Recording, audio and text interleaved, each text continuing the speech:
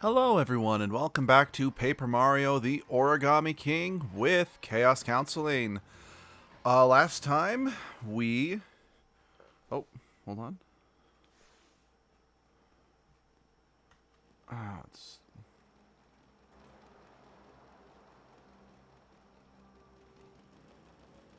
Yeah, hold on. Just making sure that the game audio is coming through good.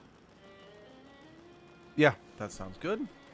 Okay, sorry. For a second I was worried that the, what's the word I'm looking for? That it was... the game audio hadn't glitched out like it had in the last Edgelord stream. That was unfortunate. But yeah, last time we teamed up with this professor and revealed this temple. And had to run back to town to save because there was no save station in the immediately within the temple. So, oh, excuse me. Whew. That energy drink is not sitting the greatest with me, I must admit. Oh, sorry, Professor.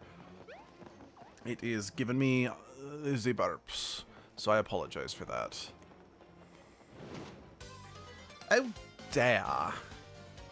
We have been assaulted by the bugs.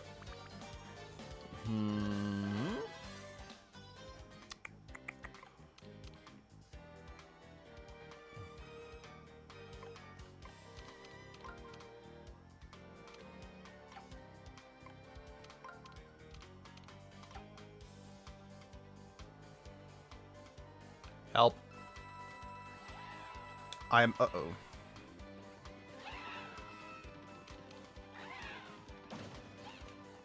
Okay, sorry. For a second I thought the stream had crashed, but that was not the case.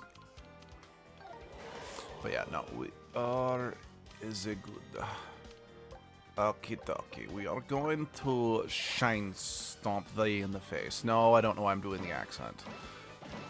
I think like most everything else I do, it is a desperate attempt to, you know, be funny, which means that since I'm trying to be funny, ergo I'm not actually funny. Although, something that I just, excuse me, something that I do want to just share, just for lulz. I am so grateful I have you as a companion, Professor. I still miss Bobby, though. You know, just right before... Wow, okay. Why is my throat getting caught? I'm okay. Hey, B-boy. It is origami time, baby. But yeah, amusingly, this morning, like, minutes before I started this stream, I got an update on the game that I kickstarted that was meant to be a throwback to the very first two Paper Mario games. So I thought, oh, that's cool. I'm really looking forward to that game finally releasing, but unfortunately, like everything with Kickstarter, there is no deadline. So I have no idea when the game is actually going to release, and unfortunately, in some cases, some Kickstarter games never release because either people get in over their head or they're just outright scam artists. But I digress. Like I said, I am really looking forward to that one. It looks good. It's, okay. The left sign is, wait. The left sign is more useful. Okay.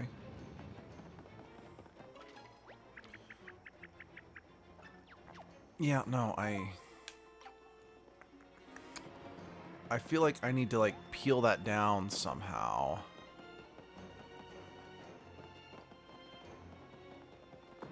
I feel like there... Ow. I'm sorry, Mario. Like, there should be somewhere I can use the 1,000 folded arms technique or something.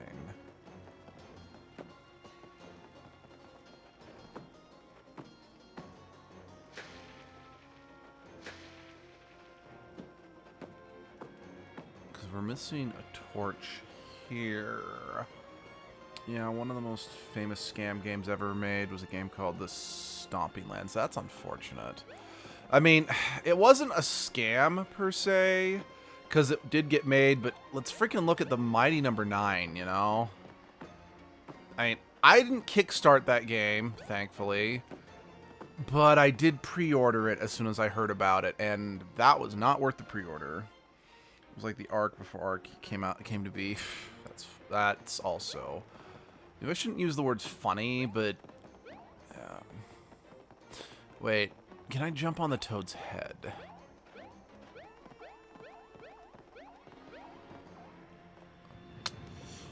No, because it locks me into this cutscene.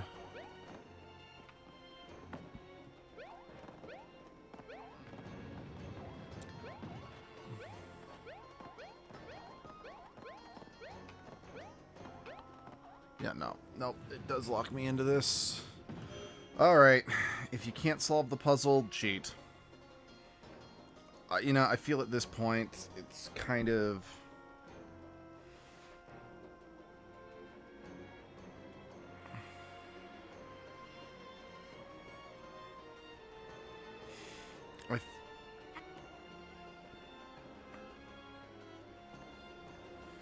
I think I've made it very clear at this point that for the sake of saving time, yeah, I am looking at I am looking down at a guide.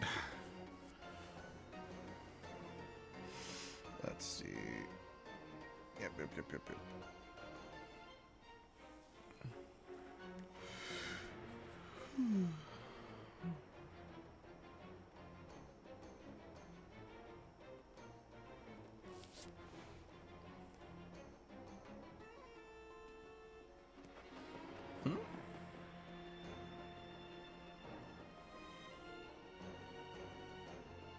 Oh, wait, how do I do that again?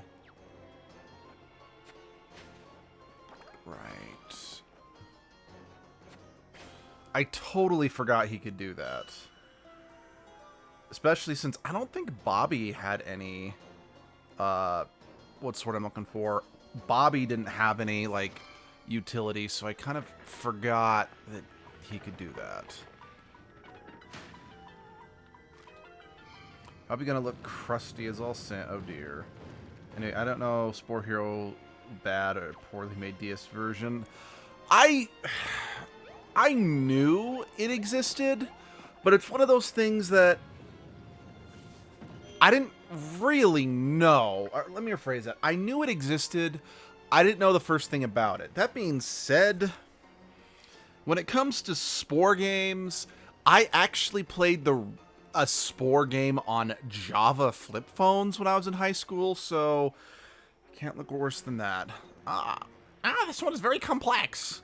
The grammar is of an ancient type, even far ancient writing. Goodness, even the interbangs have... Wait, what? Have been reversed. This will take some time, I'm afraid.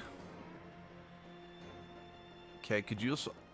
Oh, I get it. Because it'll take some time... It overrides his programming and just stands there.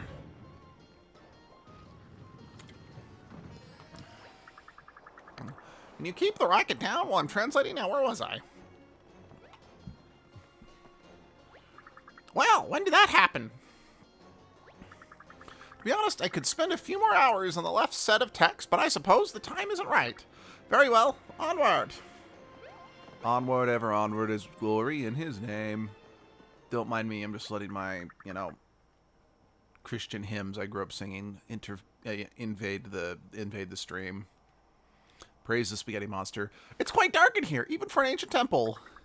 As a scholar and a scientist, I don't believe in ghosts or similar nonsense, but I don't like this feeling. It's more than a feeling, man. Oh. Motion-activated candles. Show yourselves, ghoul. Oh, that was my own shadow. Oh, this isn't good.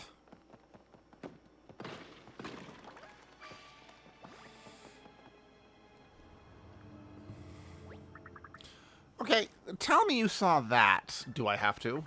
Wait, it was just a strange shadow. You can't tell me it's just my imagination. Well, I can, but I'd be gaslighting you.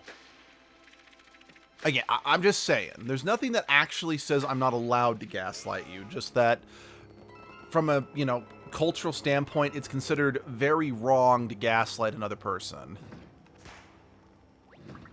I deserve that. Mario, what hit you? Logic dictates that This isn't a thing, but could have been the temple's curse. Okay, but logic dictates that I'm pretty sure it was the shy guy with the Smash Bros fan. So we gotta talk about the extremely manly toads on the wall. Honestly, I'd rather kind of pretend they don't exist. Kind of like the...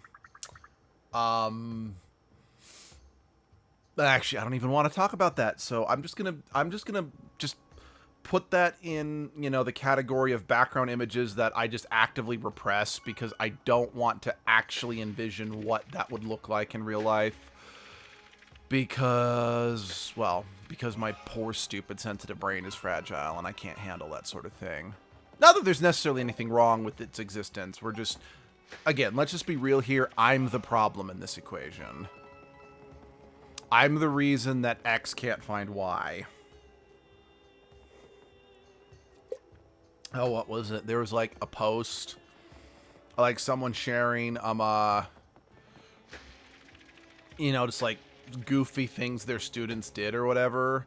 And it was one of those, find X or something like that. And then the student just wrote down, I'm like, dude, just let your ex go, man. She wants to get away from you for a it's like you trying to find her all the time is why she's trying to get away from you. Okay, I need more confetti. Let's go see if I can break, if those pots out front respond.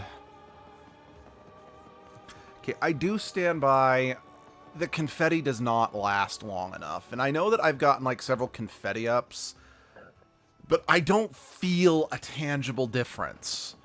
Like, at least with the, what's it called? The paint upgrades in the last game.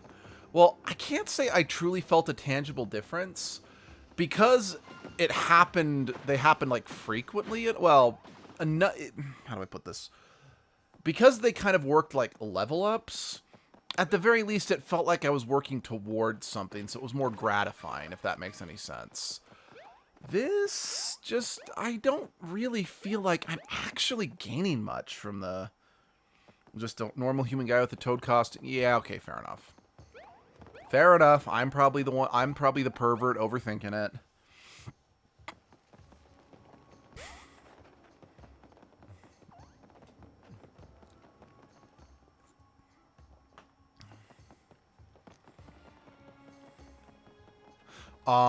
But yeah. Like I said, I've kind of said in the past 2 streams, I've kind of started to more and more put my finger on why, even though I really liked this game when I first played it, and even though it definitely is a lot closer to what I want from a Paper Mario game, as opposed to Color Splash, this game, just as a whole, just kind of, I don't know. I feel like it's missing the special sauce, if that makes sense. Let's see, you were thinking of a toad. The long, sexy legs, didn't you? I am not going to confirm or deny that, but I am going to say yes. Yes, I was. And a 6-pack. And Dwayne Johnson arms. Oh, no. Oh. I guess I could have gotten more confetti from these guys. Whoops. But yeah, there's just... Let's see, so basically a Gigatoad. Yeah, alright, I guess that's fair. But yeah, I guess just... I've started to realize... There's just something about this game that it feels a hair more monotonous compared to Color Splash. So, ooh, dear.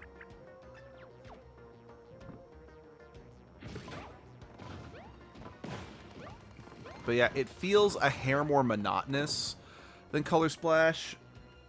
As a result, it's like, yeah, again, there's more in this game that I want than was in Color Splash.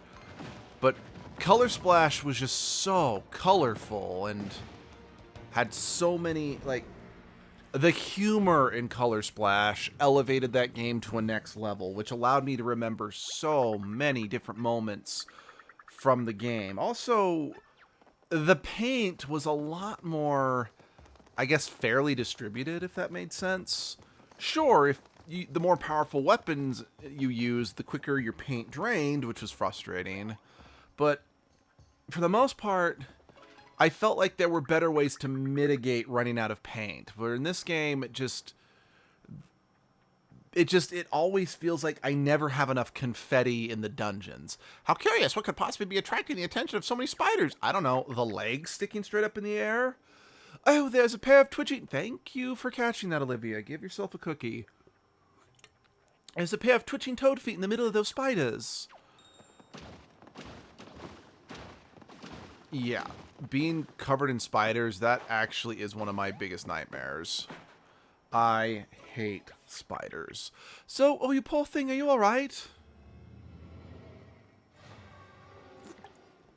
Oh, yeah. Nope!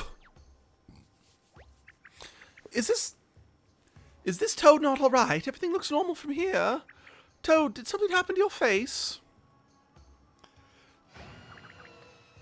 Toad's face is gone!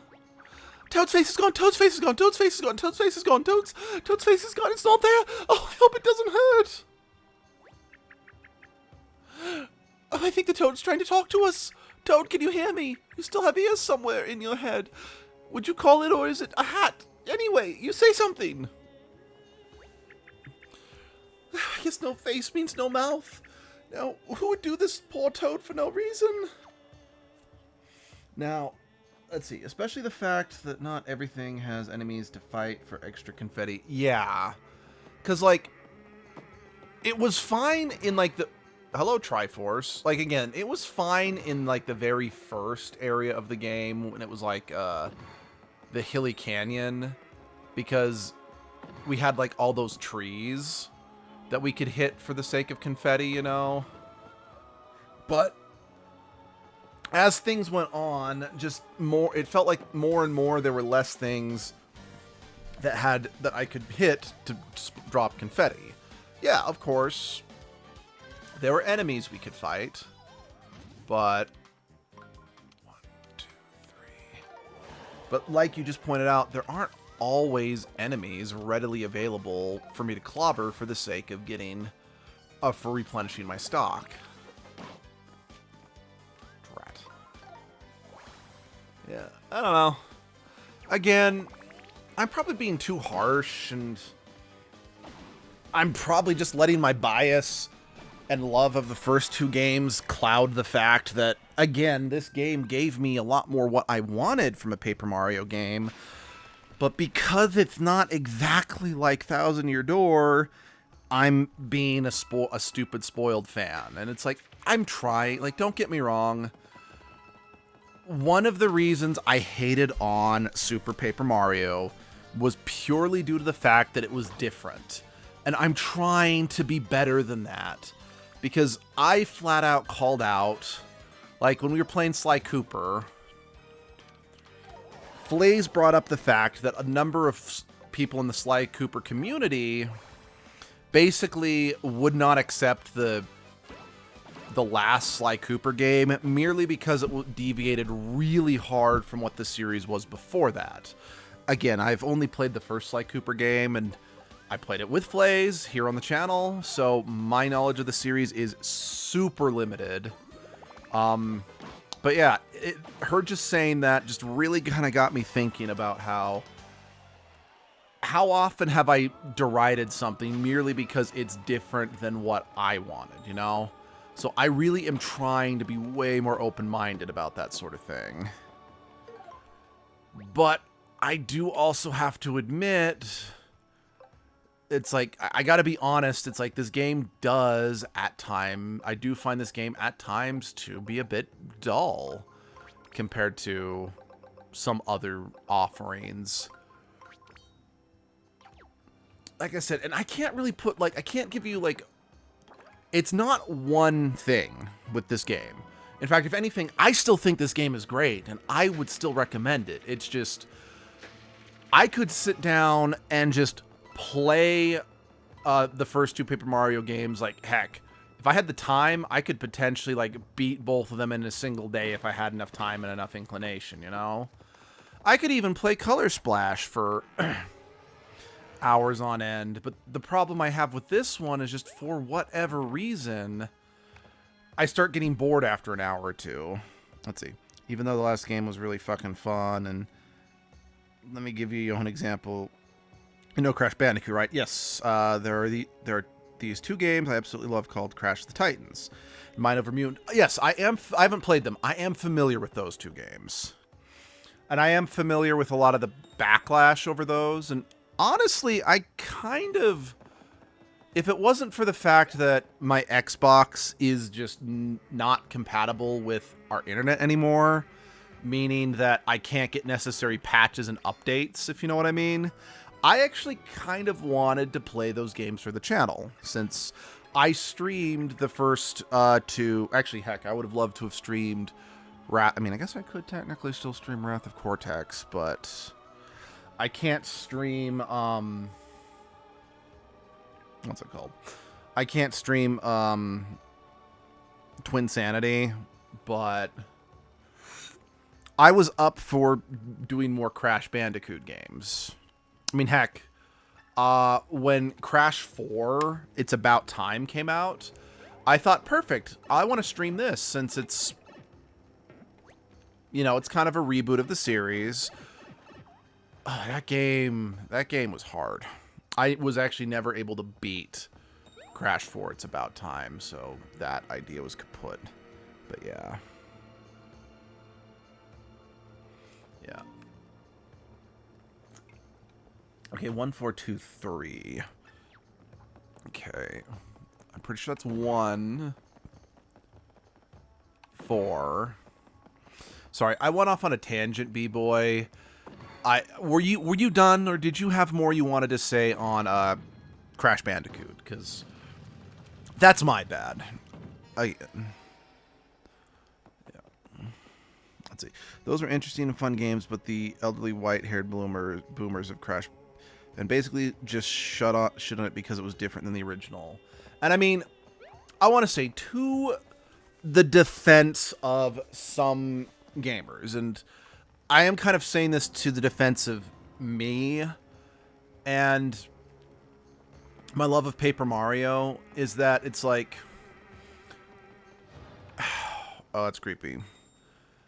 The problem and why stuff like this tends to be kind of disappointing is because when they drastically change the series like that, more often than not, there isn't something to fill that void that the gamers like.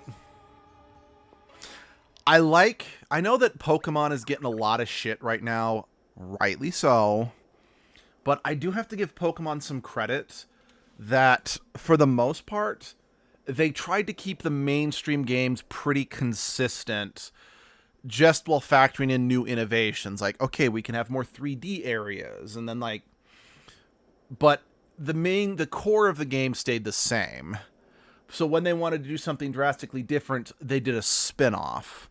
And I kind of feel that is where Crash Bandicoot fumbled with Mind Over Mutant. Is the reason why no one was willing to accept it is, yeah, you are correct. There are, you know, plenty of butthurt people who just didn't like it because it was different. And quite frankly, I have seen the merit in both. Again, I haven't played them, but I've seen a lot of people point out the good points of Crash Bandicoot, Mind Over Mutant, and Crash of the Titans, and so on and so forth. I think what they should have done is made those games spin-offs, and still made games that were more in line with the original Crash Bandicoot. I mean, granted, I also understand that the reason why they were doing that was because the 3D platformer genre in general was just on the decline, so it was an attempt to try to keep the series fresh. But, I don't know. By the same token, it's one of those things that it's like, I don't know. Like, I don't know. I guess at the end of the day, well, I try to be impartial and open and honest, if you know what I mean. Bias is always going to creep in some capacity, if you know what I mean. Because like I said, I just made this big thing about trying to accept things because they're different, but I quite frankly just acknowledge I was kind of making excuses for why the frustration is somewhat valid. And I mean, I don't know. I'm not perfect. I am not a saint. I try to be as open-minded as I can, but I am a flawed, opinionated, and very passionate individual who likes... No, I'm going to go as far as say who genuinely loves a lot of the thing. Yeah, who just really loves a lot of the things I'm passionate about, you know? Yes! Did it. But I don't have a solution. I am going to act hypocritical sometimes. I don't mean to. I truly don't. I mean, because, hell. Well, my favorite video game series, or, for example, Fire Emblem is one of my favorite video game franchises of all time. And I personally, even though it was a game that was well liked, I personally think Fire Emblem Fates is an absolute trash game. And again, well, I try to be open-minded. That's one of the few games that if anyone says, I think it's good, I'm like, you're wrong. It's okay if you like it, but Fates is not a good game. Whereas, like, the next Fire Emblem game, Fire Emblem Three Houses, I don't think Fire Emblem Three Houses is that great of a game, but it did the thing people liked really well, so I have to acknowledge that for what it is, if that makes sense. I just don't think it's a very good Fire Emblem game. It's just... Actually, I don't think it's a... Okay. I don't think it's a very good game in general, but it does enough of its elements good that I understand why people love it. Because, yeah, I don't think it's a good Fire Emblem game, and I don't think it's a very good time management, like Persona or Shin Megami Tensei-esque game, just because the time management angle is so surface level and is not that deep. And unlike Persona, where time management is such a crucial part of the game, I don't know. My point's getting lost here. But after Fates, you know, utterly pissed me off or whatever, I wanted to make sure that when Three Houses came along, I needed to be like, I want to acknowledge that the game is different. So try not to judge it compared to the Fire Emblem games that I grew up with, you know? Starlight Your Way. That was so... I'm sorry, guys. That was... Yeah, I lost my point in that, and I am so sorry. But like another example, my favorite video game franchise of all time is the Tales series. And I often... So my favorite Tales game is Tales of Symphonia. Actually, I'll go one step farther. My favorite video game of all time is Tales of Symphonia. I love that game to pieces. I actually live streamed the HD remake on the Switch last year, I want to say, and I will admit the port... I don't know what happened. Okay, I do know what happened, but I'm not going to get into it here. And sadly, just... Ooh, every version of Tales of Symphonia except the original GameCube one runs very poorly, unfortunately. So... Ooh.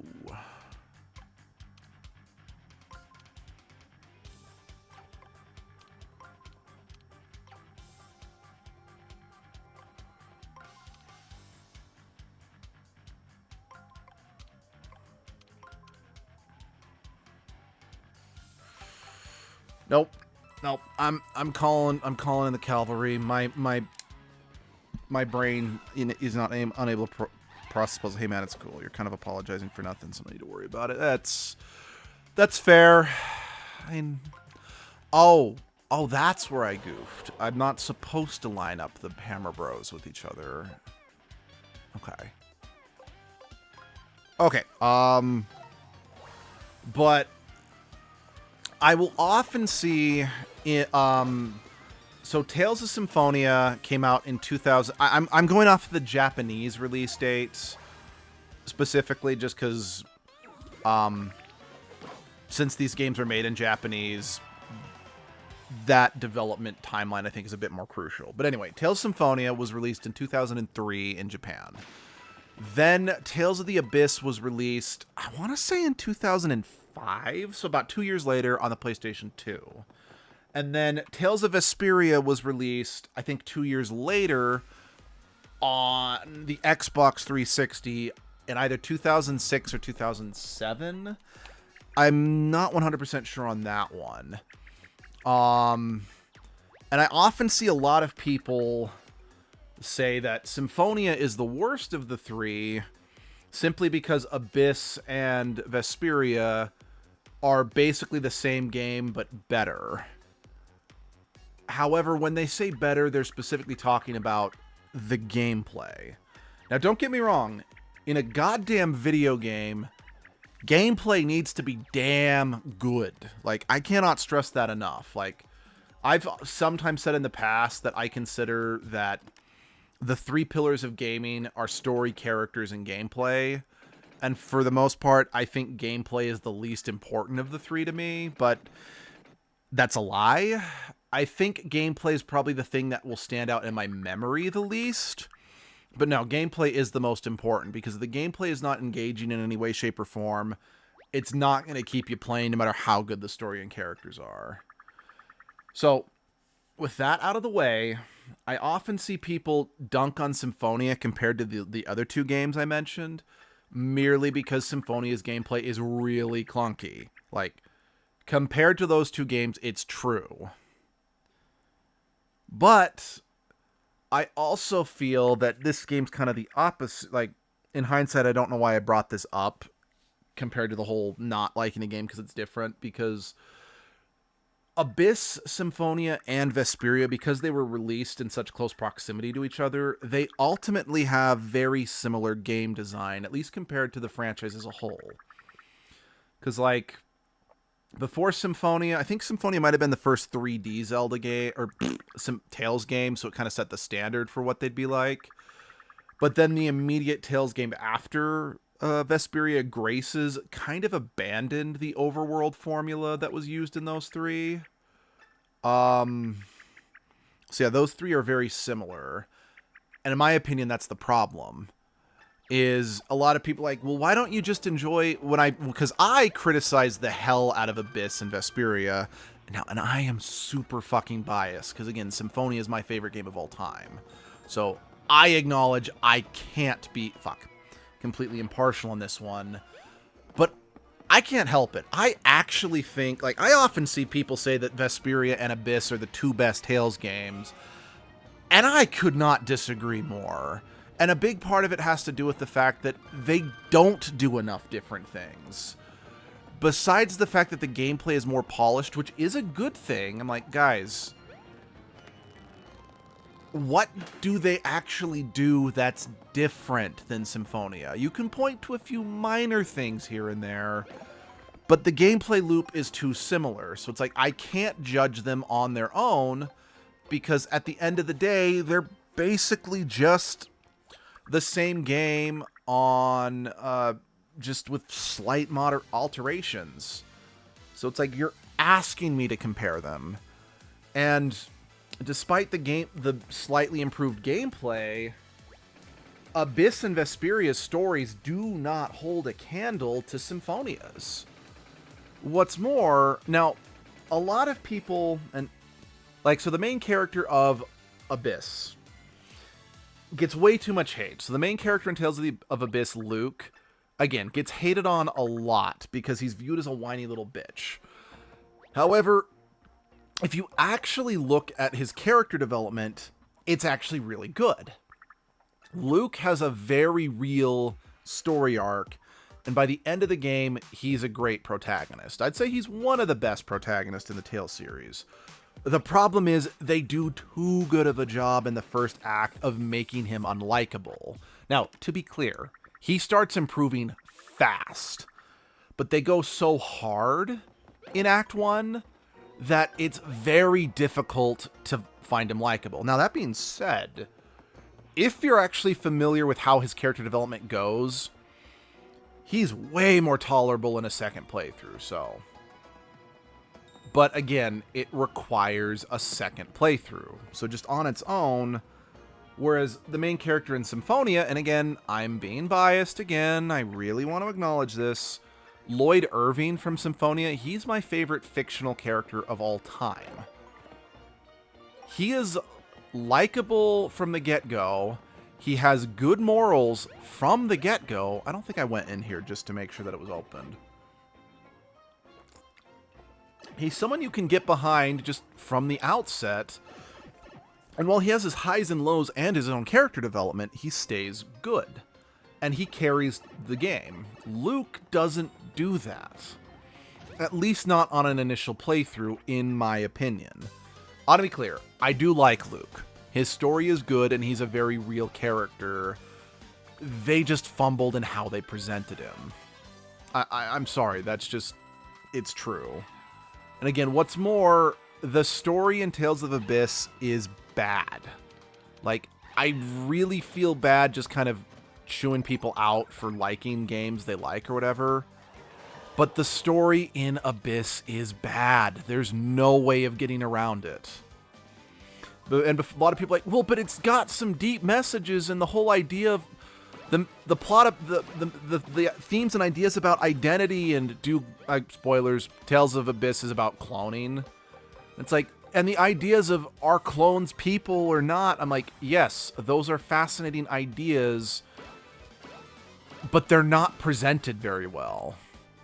And case in point, what's what I'm looking for?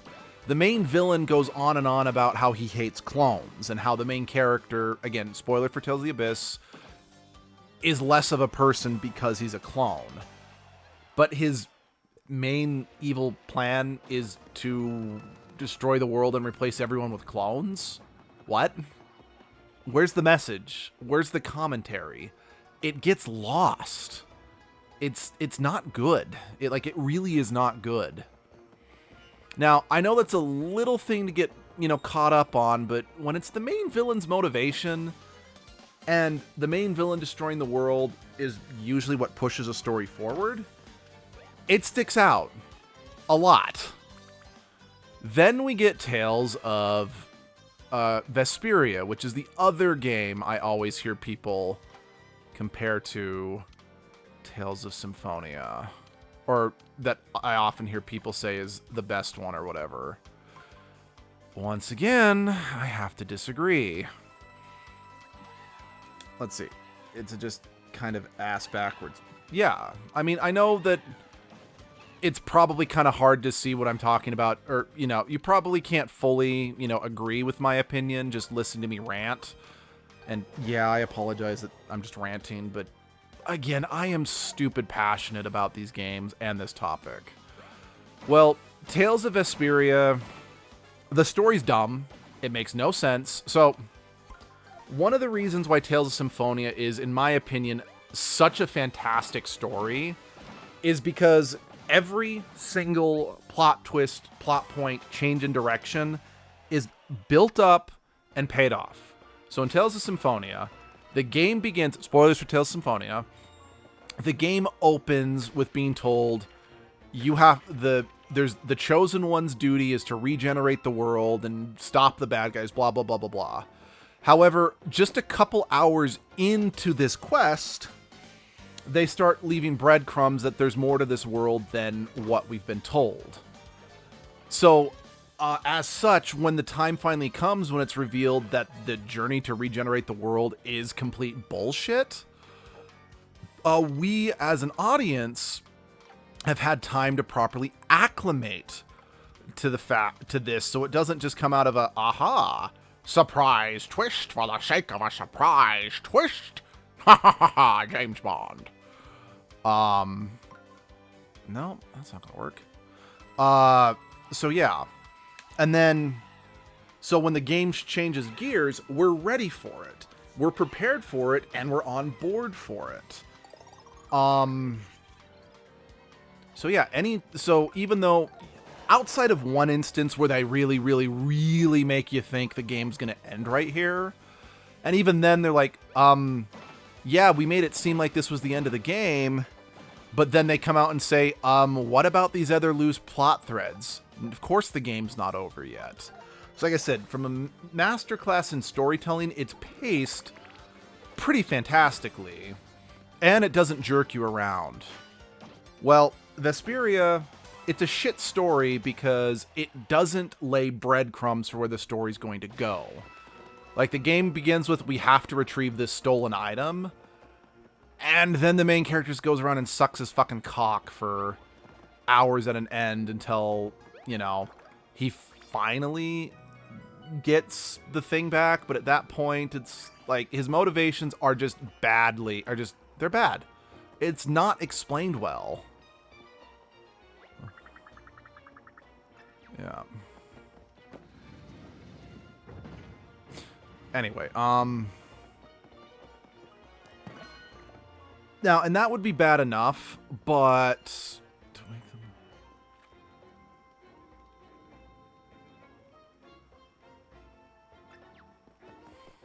So I'll come back to that. See, it's just I'm kind of no thoughts, head empty while my cat's just sleeping beside me. Hey, sometimes just having a cat sleep beside you is one of the simple pleasures in life. And what's more, and this is something I really fucking hate, everybody under the sun adores the main character from Vesperia. I don't. I think he's the worst protagonist in the franchise. And everyone's like, well, I like him because he's realistic. I'm like, he's not realistic. He's a whiny edgelord who came out in the mid-2000s when edgelords were all the rage. So it's like, he's not a good character. You just like the fact that he's like, oh, I don't take no crap from no one, and I kill the people who wrong me. Which fucking sucks, because his whole motivation is that he wanted to become a knight to change the system, but he realized that the system was too corrupt. So he knew that no matter what he did, he would just be wasting his time as a knight, so he quit.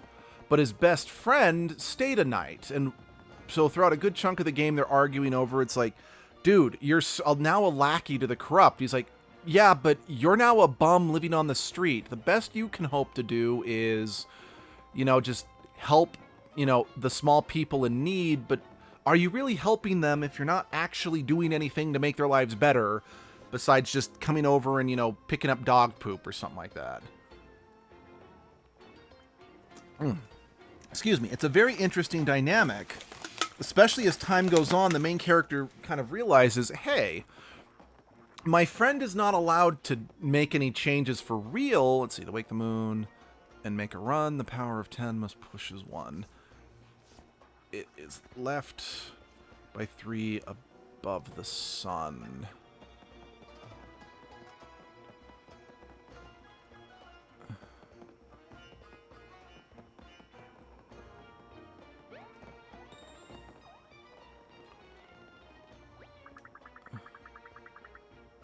Yeah.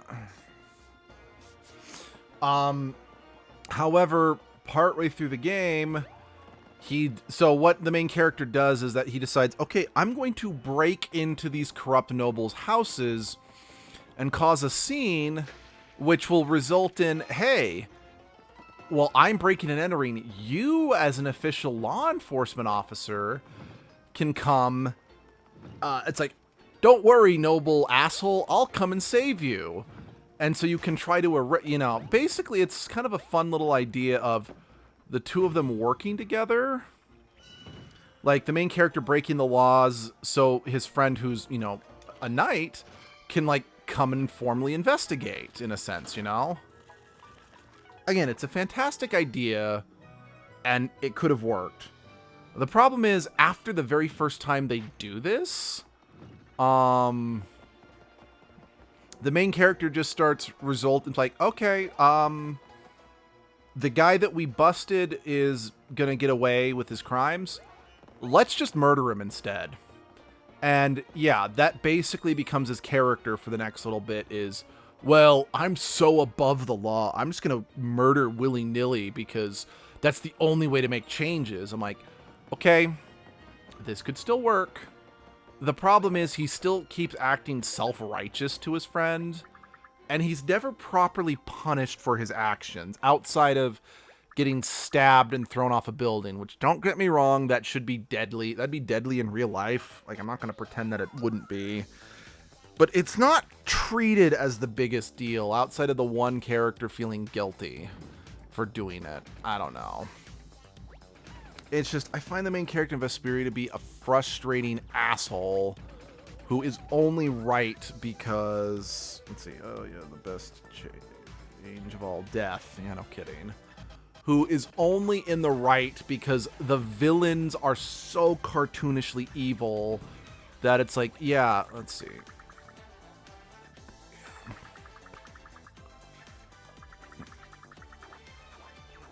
Yeah.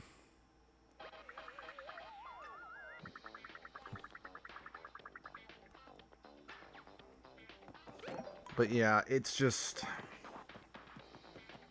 He's the go-to example, I think, of the obnoxious popularity, for lack of a better word, of edgelord characters from the mid-2000s.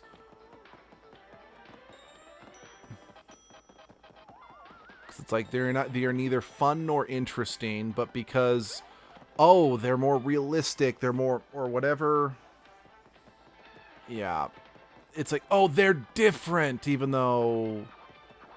by being the non-super heroic characters, they actually weren't different. They were just another forgettable, bland cog in the machine of uninteresting trash.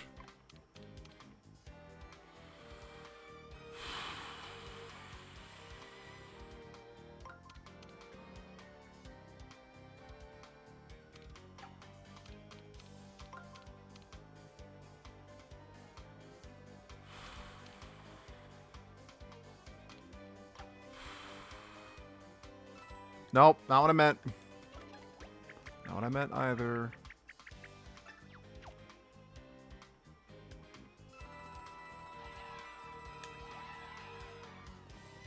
Let's see, they're realistic because everyone on their teens want to be an edgelord.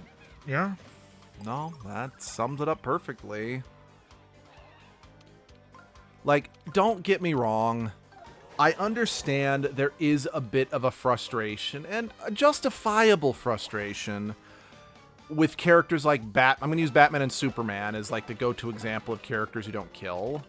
Because many people have pointed out, wouldn't it make more sense for Batman to just kill the Joker? Because if he killed the Joker after their first encounter, he never would have broken out of jail and would have ruined way less lives. I'm like, well, that's true in this fantasy world or whatever, but most jails don't have like a revolving door that, you know, people can just escape from willy-nilly, if you know what I mean.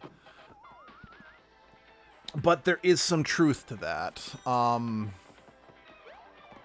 So I understand, especially at the time, the fact that he was a hero who was willing to actually kill the enemies or kill the bad people was seen as a positive at the time. Again, I don't fully agree with it, but especially now that I've realized, I'm like, characters willing to kill are not as unique as you'd think. But at the time, I can understand why people may think they were unique. I'm trying to remember if this was I think this might have been the first Faceless Toad that we found, but I want to be thorough, you know? Because honestly, more and more nowadays, it's harder to find characters who are willing to, you know, turn the other cheek. Plus, I mean, again, Lloyd? One thing I like about Lloyd, and the reason why he's one of my favorite characters, is at the start of the game, he's a lot more willing to, you know, kill the villains. But it's only as the games goes on that he starts trying to choose mercy as an option more often than not. And that is part of his maturing arc. Is it handled great? No. Like, I love Symphonia, but no. I am fully aware of its flaws, and I would be completely hypocritical or for not acknowledging them. So I wanted to get that out there.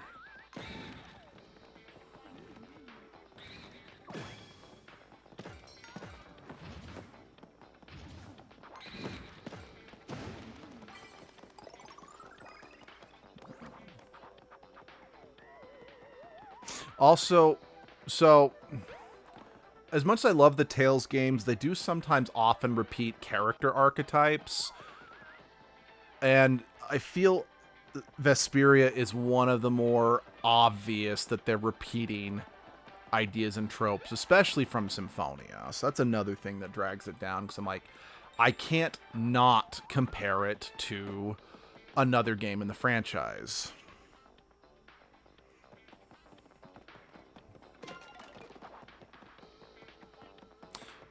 So yeah, actually, kind of just go all the way back to you talking about Mind Over Mutant and Crash of the Titans. Clash of the Titans is a movie, and that name's an obvious parody of it.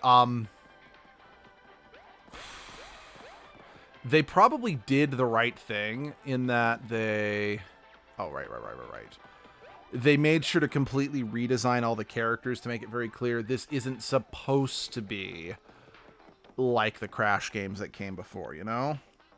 I mean, let's be real. The redesigns were much more, shall we say, stark in contrast compared to what we got with, say, the Spyro games that were also kind of a reboot that had a different gameplay style from around that same time.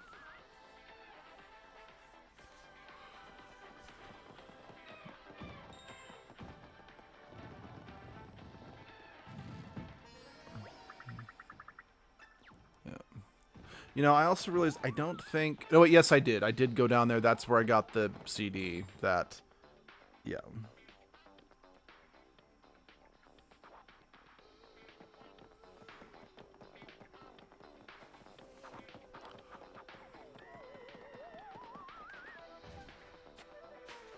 Nice. Yeah. So... I'm trying to remember if there is... Oh, my. Oh, my. Trying to remember if it is worth just opening all of the sarcophaguses just to see what's in them. Oh, my.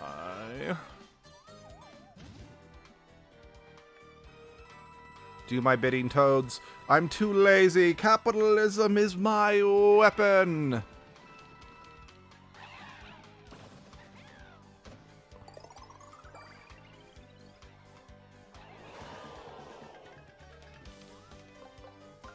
I believe in America.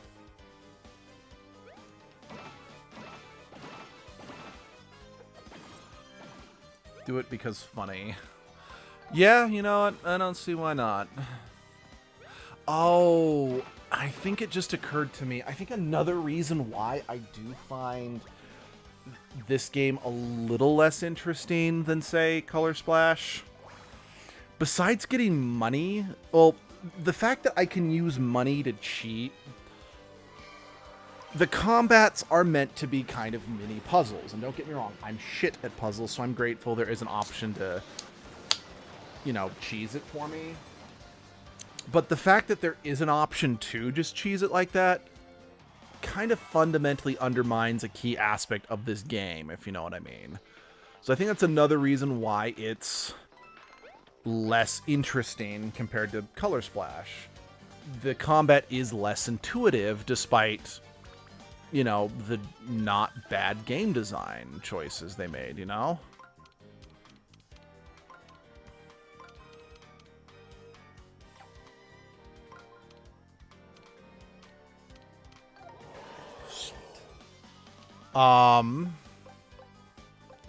So yeah, that is something that does hold this back.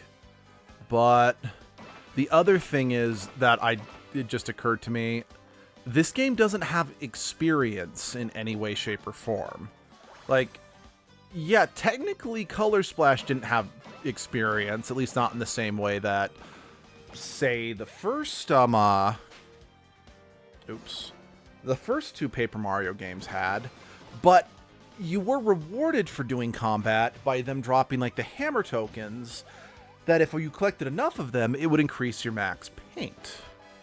So I do think that is another factor to why I don't enjoy this game as much as I feel I probably should. And yeah, is because fighting enemies, again, outside of getting money, which, again, don't get me wrong, you need a lot of money in this game, it doesn't have the same impact that it has in past Paper Mario games. Damn it.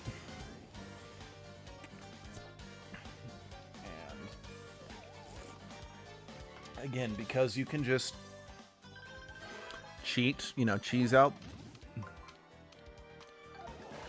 Because you can just cheese the boss fights, they are lacking in engaging motivation to do them.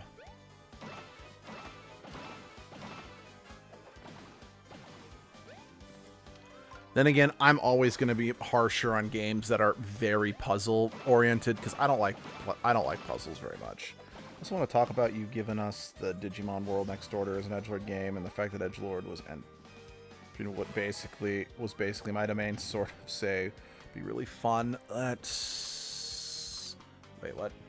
Shoot, there were boos, weren't there? Just looking down. Okay, money. I guess people didn't see it as an option because it was low. I think it had just more to do with the fact that some of the other options on the list were a lot more anticipated. Because oddly enough, I see a good amount of, maybe hate's the wrong word, but I don't see a lot of positive feedback in relationship to the Digimon games. Oh, hello. Sorry, 1 second. Okay, hey, Pito. Nice to have you here. How you doing? Okay, can I... Son of a gum-chewing fuck beast.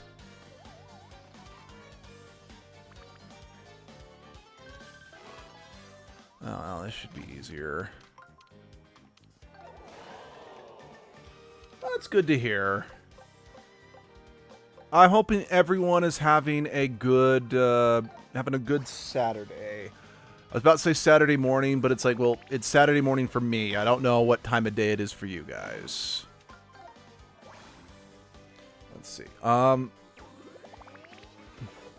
That's because Bandai doesn't know what to do with the franchise until now. Yeah, no, that's kind of the vibe I got, because the first Digimon game I ever played was Rumble Arena 2. A game that, I'm not going to lie, I absolutely hate myself for trading away as a kid, but I was a kid.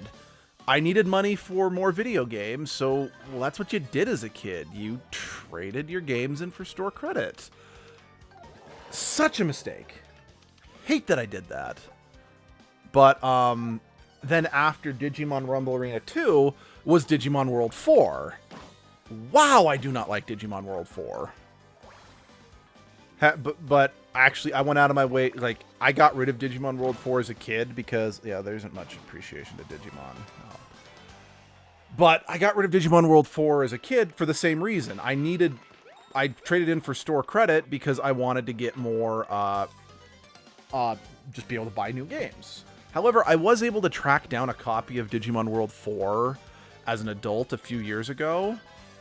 The original plan is I wanted to get it because I remembered, oh, it's a 4-player co-op game.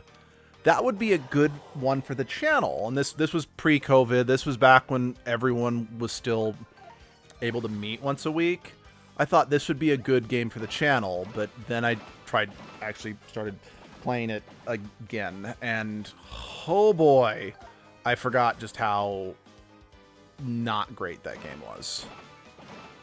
Let's see. I like World and Cyber Sleuth. They finally settled as the two main games, with World being their Tamachi for old fans and Cyber Sleuth their classic monster collecting game. And yeah, So after those two games I mentioned, Cyber Sleuth was the first Digimon game I'd played in years. Now, I had considered getting what was it called? Like the Sun and Moon Digimon games. I don't remember like what their exact tagline is, but but they were for the DS, and I considered giving those ones a try back in the day. I never did, but I was thinking about it.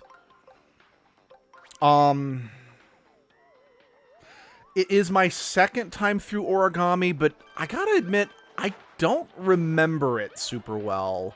So honestly, in many ways, it's kind of like it's my first time. Oh, shit, I forgot about that. I should have just... Yep. Yep, I forgot that... Yep, I'm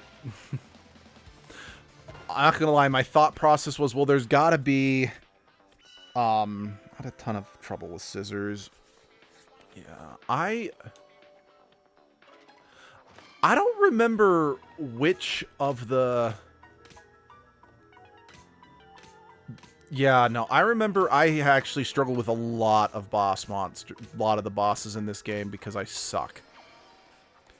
But yeah, I'm trying to remember which one of the bosses I struggled with the most. But again, like I said, I don't remember this game well enough to... Oh. Oh, wait. I already did that. I'm missing 2. Where am I missing them from? Digimon World, Dawn, and Dusk. That was it, Dawn. There's just time. The maps are a bit confusing, so it depends on also how much grinding type of evolutions you want. Okay. But yeah, again, as a longtime Pokemon player, I thought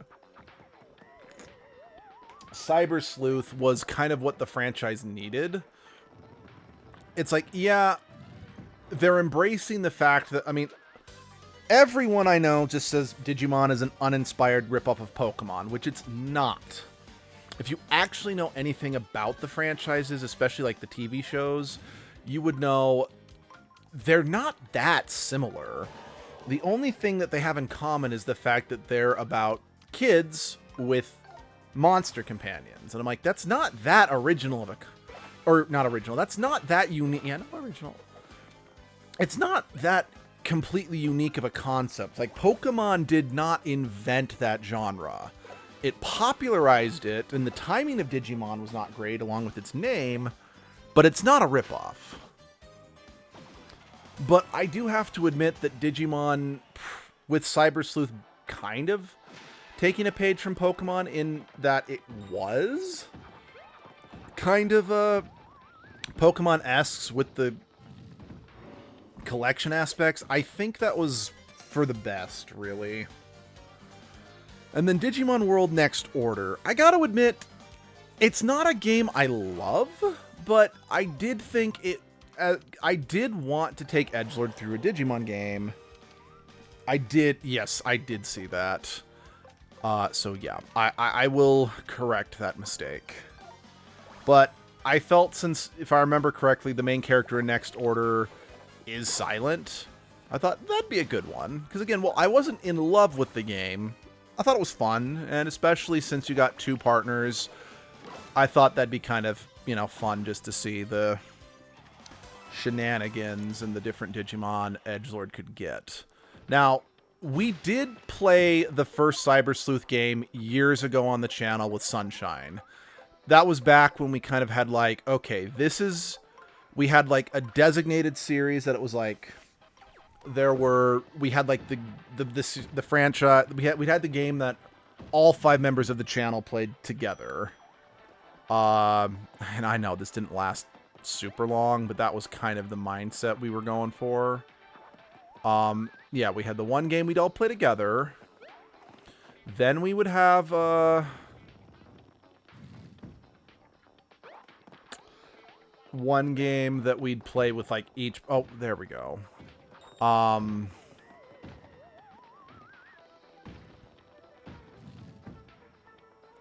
So yeah, because like we had like Doppelganger that we played with everybody, and then while we were doing that, we were playing Digimon Story Cyber Sleuth with Sunshine, And then we were playing Donkey Kong 64 with Jesse. And then I don't remember which game we were playing with Kendall at the time, but that's because we probably played the most amount of games with Kendall.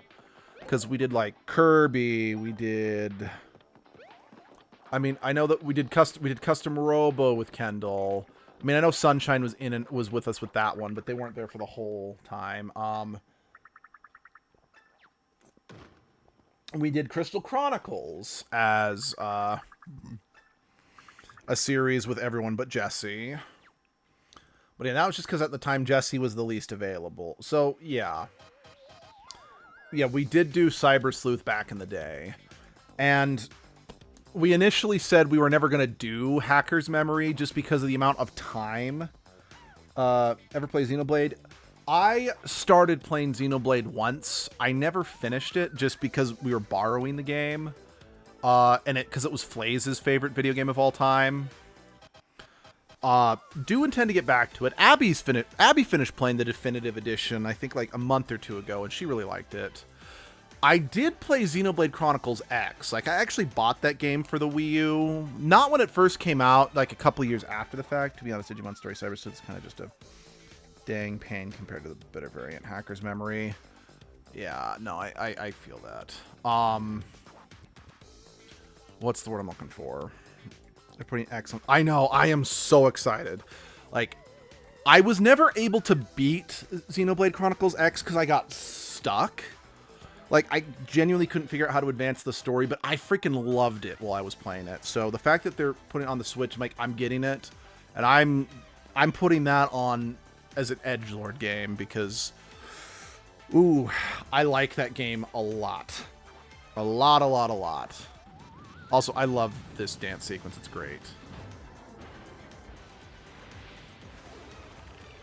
Hole punch. But yeah. Yeah, no, but Abby liked the first Xenoblade Chronicles so much. She's like, she asked if I could get Xenoblade Chronicles 2 and 3 so she could play those as well.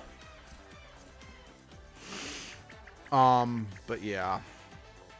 But yeah, the reason why we kind of said we weren't going to play Hacker's Memory was just because of just the sheer amount of time. Like, we played the first Cyber Sleuth game back when we still had Flaze as our editor. Excuse me.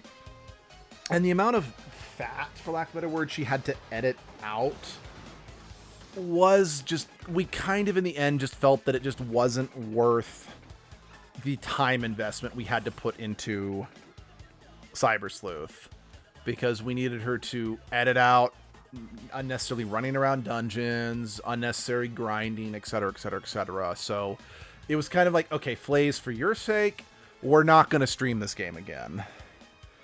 But I'm like, or we're not going to play this game again. But since I do believe the main character of Hacker's Memory is silent, it's like, that could work for edgelord. Which is why, I mean, it wasn't on the poll, because I need to actually go back and double check. Oh dear.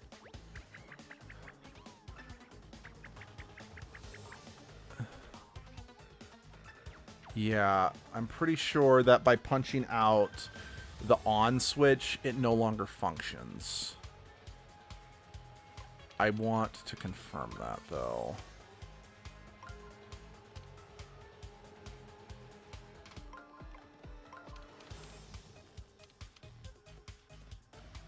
Yeah. Hole punch, yellow body is really tough. He's hiding in a vulnerable spot somewhere. Okay, that's not really what I was hoping to hear. I was hoping to get some confirmation on what that... I mean, I heard him at the very least. Hold on. Let's see. The fact that you're a hacker too kind of just fits with... Fits the vibe of Edge. No, very much so. You know, the one thing I will say that I do prefer about the first... Oh, dear God. I do prefer... Oh, dear. I do prefer... Or I like the fact that you can, what's it called? Wait, the on button is still punched out. Shit. Fuck. Fuck. How?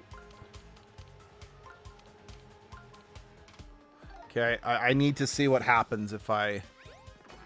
Okay, I just have to... Okay. Shit.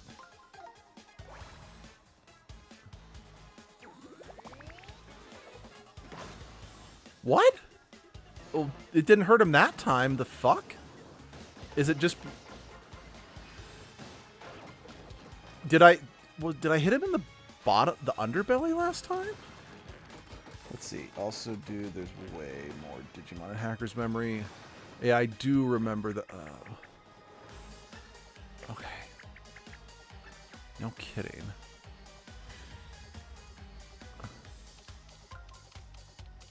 No.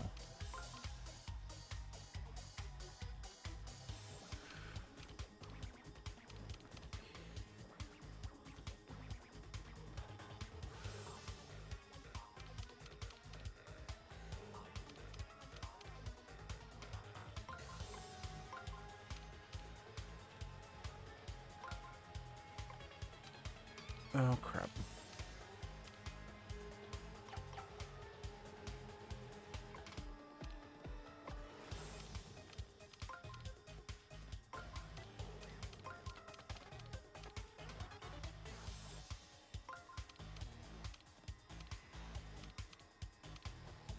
No, I think that's what I gotta do.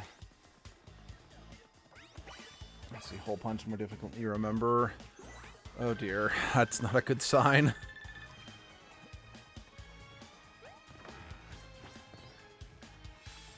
Okay. So I just want to confirm if it was indeed hitting the black is what hurt him. Okay, hitting the black is what hurts him. Okay. Can I not even block against that? I don't like that.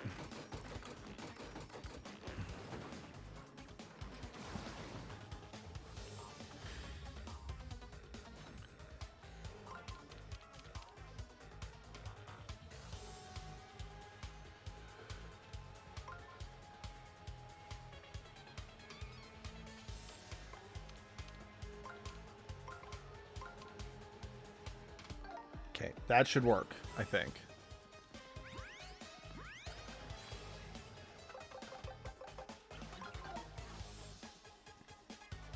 Let's see. Wait, I don't remember the decrease in max rate.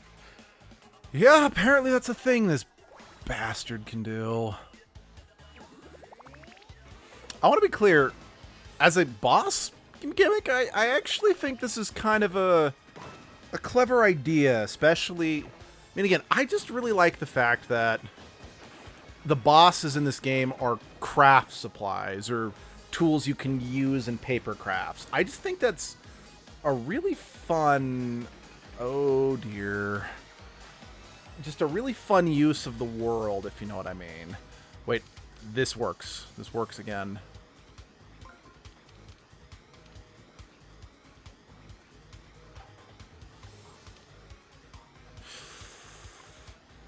It's opposite of the on button. Some help, please. I dare to say scissors has the most annoying thing going. I will believe you on that. All right, you don't... I guess I didn't need to do that.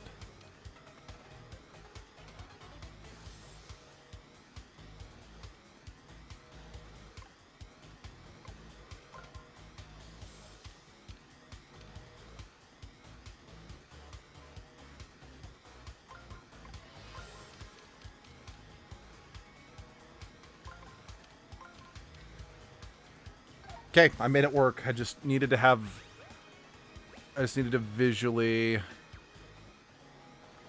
see how this was supposed to work.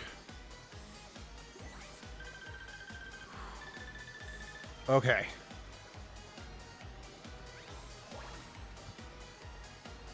Oh, wait. That was 100-folded arms, not the Vellemental. Crap. I may have made a mistake. I'm an idiot. Yeah. Oh, yeah. I should have landed on the Vellemental. Oh, God, I'm an idiot.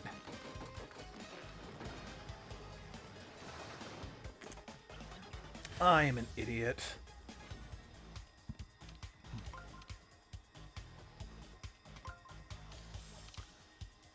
Wait. No. Hold the phone.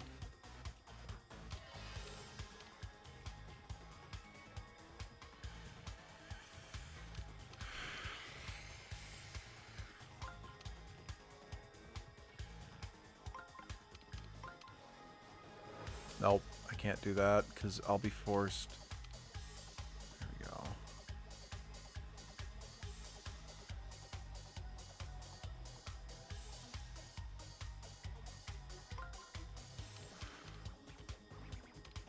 And if I turn it on now and then I land on the Vellemental, then I have to attack. That's not what I want to do. Oh, yeah, no, nope.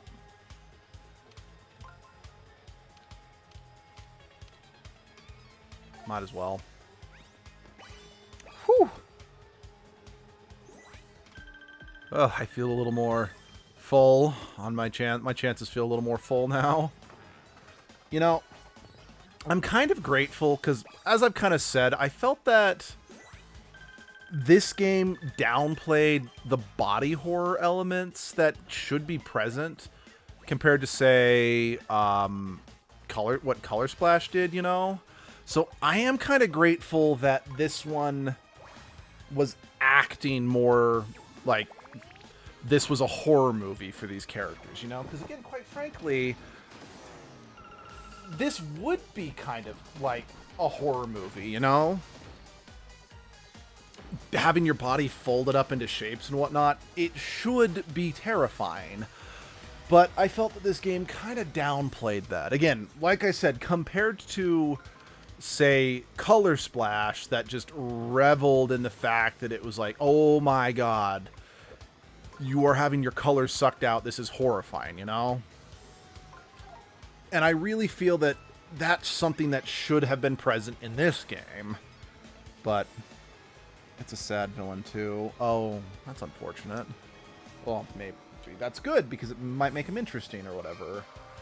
But I do appreciate that this game, the face punching is kind of getting spooky elements to it, which is something I really felt should have been a thing with the other, just some of the other stuff in the game, you know? I don't know. Maybe I'm reading too much into it or whatever, but there we go.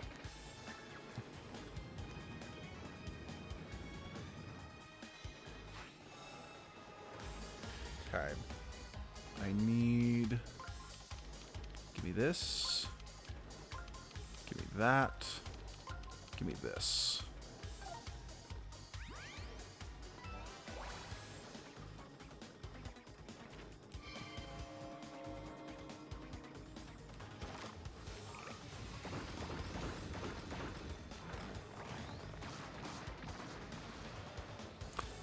Oh dear, we just pantsed the poor guy.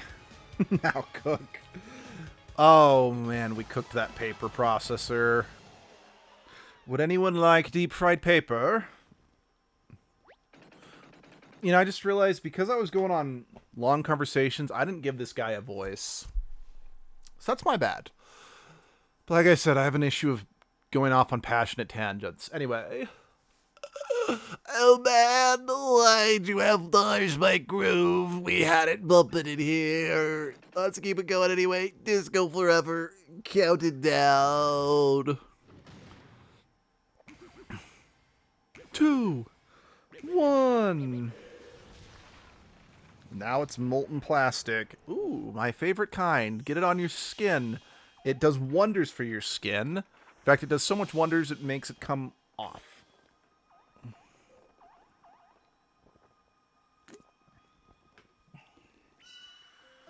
You know, again, I've talked about this a lot, and I bring it up every single time we do beat a streamer, but I can't help it. I want to talk about it again. I really like the fact that this is like the only Paper Mario game where we are not collecting something.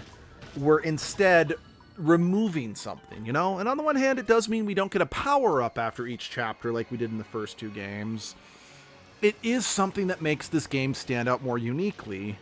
And again, quite frankly, since we were talking about Digimon earlier anyway, I like the fact that just watching these streamers disintegrate, making the castle more and more visible, it kind of reminds me of Spiral Mountain from the first Digimon series in the final arc of the Digimon Adventure series, because it was, you know, because in what you had to do with Spiral Mountain, like what was going on was it was where like the bad guys were living. So every time they destroyed one of the Dark Masters, like one line in the spiral of the mountain would disappear. It makes more sense in context. Like, if you've watched the show, you know what I'm talking about. But yeah, it's... Here comes the sun. Do-do-do-do. Here comes the sun. Oh. Oh. I'm gonna have to go back there. Actually, now that I think about it, that's probably how I move forward. Congratulations! You got a new car! By new car, I just mean your shoe. Which you already had. But it's a good shoe. And it's a good car. Available right now for $5.99. You always don't forget one of the Dark Masters kills their dad and gets a Glock. Oh, jeez. Wait, what? I'm sorry. What does one of the Dark Masters do? Is that a joke or is that a real thing? Because I don't remember that. Oh, another streamer down. Great job, us. And you were such a big help, Professor. Yay. No more yellow streamer. Sunshine will be heartbroken. That's their favorite color. Oh my gosh, thank you so much for getting my face back. I really needed it this week. That's Pinocchio-mon. Oh yeah, when he kills Cherrymon. I don't remember the Glock though. But yeah, you're right. He does murder the tree for talking back to him. After Party Shroom City. What? Thank you for not making me listen to all 40 of them. Yo, that was hot. Thanks for all the help, Mario. You hit me up at Hotel Town anytime, blah, blah, blah, blah, blah, blah, blah.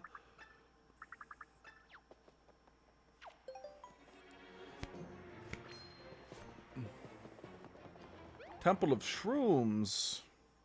Hey, I didn't see any drugs in here. You're holding out on me. Whoa. The sun is back where it belongs. It's so bright, like we're in an actual desert. Professor, what's the matter? I've got it! The sun was the key all along! Come, we must get to the sun altar right away! Well, I mean, the sun's also a key to, you know, not freezing and dying. You know, I do really like the design of this temple, even if it's just kind of a Mario-themed pyramid, but, you know, sometimes that's all you need. Do you like Occult, Eldritch, and Corrupt final bosses? Yeah. I mean, I guess it kind of depends on the context, because, like, I know that, like, some games I just don't think something like that would work. But, yeah, I like those just fine. And I guess what I mean by that is I'm like, let's say, for example, if I was playing Kirby Star Allies is for you. Oh, no, trust me. Abby and I, we don't own it. I want to own it. But, yeah, we've been meaning to buy that game and we want to stream it for the channel. Like, we actually just barely finished Kirby in the Forgotten Land. And that was fun. we do plan on streaming that one of it.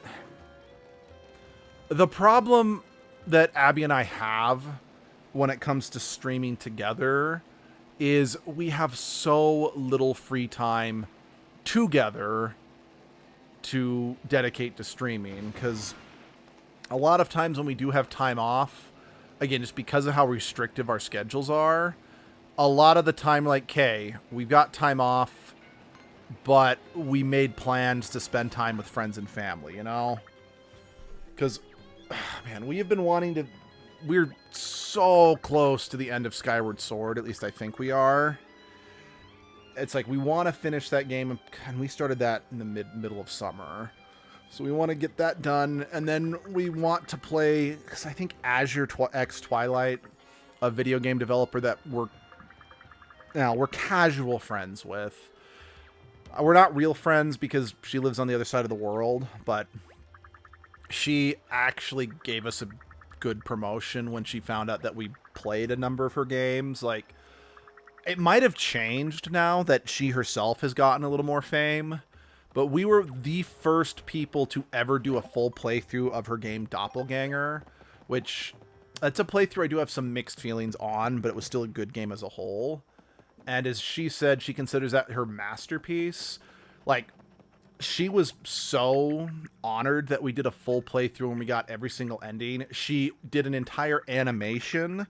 And when I say animation, it's a dating sim, so it was like stills of the character with text boxes, but I don't care. Of the two main characters from that game, personally thanking the channel for playing through it, which was really cool. And then she gave us an exclusive early access to the demo of her third Fantasia game. And we played it on the channel. And what's it called? Some of our jokes and suggestions we made in our playthrough of her demo made it into the final game. Like, she went out of her way, like, we made a joke where someone was like, "Man, you stole my kill." She programmed that dialogue into the game. We made a comment like, you run into a vendor early on, and I think it was Jesse and Abby said it's like, it'd be kind of cool, or maybe it was Kendall, I don't remember. It'd be cool if we could actually look at this vendor's shop. She actually programmed the shop into the game. And again, we all just kind of feel bad that she's been so kind to us. And we just, because Abby and I never have time together, and Flays never has even less time to come out and spend time with us, that we just haven't highlighted more of her games. That being said, we did stream one of her shorter games called Crop Circles. And she was like, "Holy crap, you called the twist, Luke!" Are those bits of steak? I'm just wondering, because steak was a boss fight in the last game. Anyway, maybe he's just stiff from being frozen for so long. Poor guy. Should I try heating him up with fire again? No, 'twon't be necessary.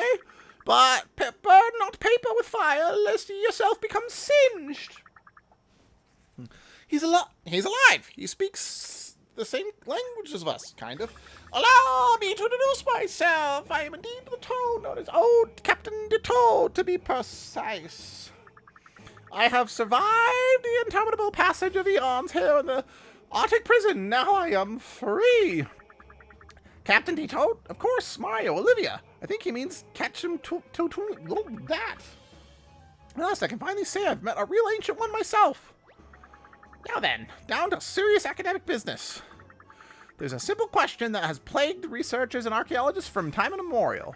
Now's the historic moment I have the opportunity to go directly to the source with an occasion. This whole situation reminds me of Liara from Mass Effect 3. And as the Mass Effect series is my third favorite franchise series of all time, that's a compliment. Well, I guess Mass Effect as a series is my second favorite franchise of all time, as I only truly love the first two Paper Mario games, but I do still consider the Paper Mario franchise to be one of my favorites. Yeah, I guess Mass Effect as a series has a more consistent track record of games that I love compared to this series. I still love this series, though. But there's one thing that has us completely stumped. How do you take your... I'm sorry, what?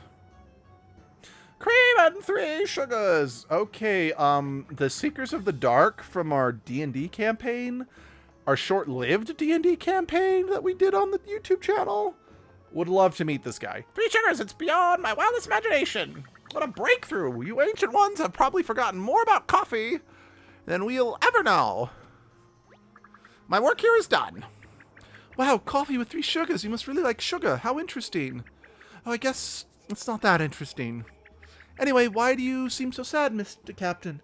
Is it because you were frozen, or did something else happen to you? I don't know. I think him being frozen is a perfectly valid reason for him to be down. In this moment, I am as a bird in a cage. I yearn to sail free at the helm of my Marino underneath the great crescent waves. Did you say Marino? You know about Super Marino? That's so weird. How did you get the music already? Say, my Marino rests in a musey, as you call it. It's no place for adventure spirit. She yearns to break free. You have my thanks, strange one. I know what I must do. Hold up. I'll run some errands. See ya.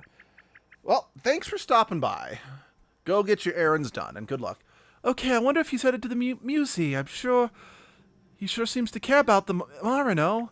It's hard for me to understand anything he was saying. I guess that ancient language for you. Ahem, sorry to interrupt, but I haven't made any archaeological discovery in over 5 minutes. I'm just kidding. A little academic humor, ho-ho. Thank you both for all your help. You've made my dream come true. No, we should be thanking you. You were such a big help in the desert, Professor. So thank you. Now we should head out and try to find the next streamer. What's all this about the purple streamer in the Great Sea? What's the Great Sea? Where is it? Maybe someone back in Toad Town will know. Should we go there? That's right. Olivia was trapped under a rock. I was trapped under that boulder when me and Bobby went out on the ocean. So, she wouldn't know about that. Maybe because he's lost one of his sugars. You know what? Maybe you're right. You could be totally right about that. Where's my car? Dude, where's my car?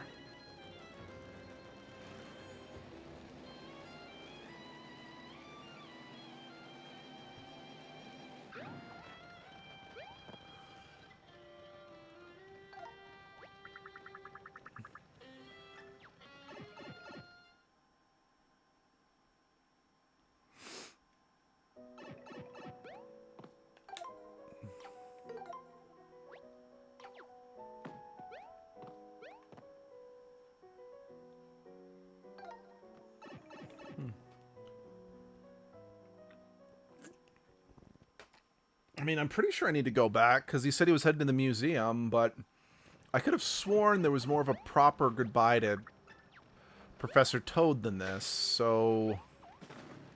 Let's head back into town just real quick, just because I'm kind of curious if things have changed with all the Toads being back, you know?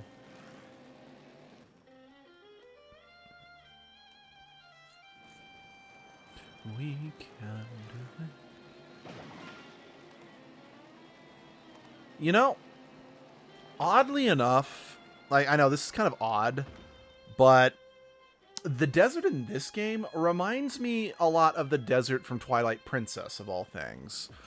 I don't know why, because, like, I know I was kind of comparing this game, you know, to the first Paper Mario game, because, you know, obviously in some regards, but just the more I sit on it, the more, I don't know, just the level reminds me a lot more of Twilight Princess, and like I said, I don't actually know why.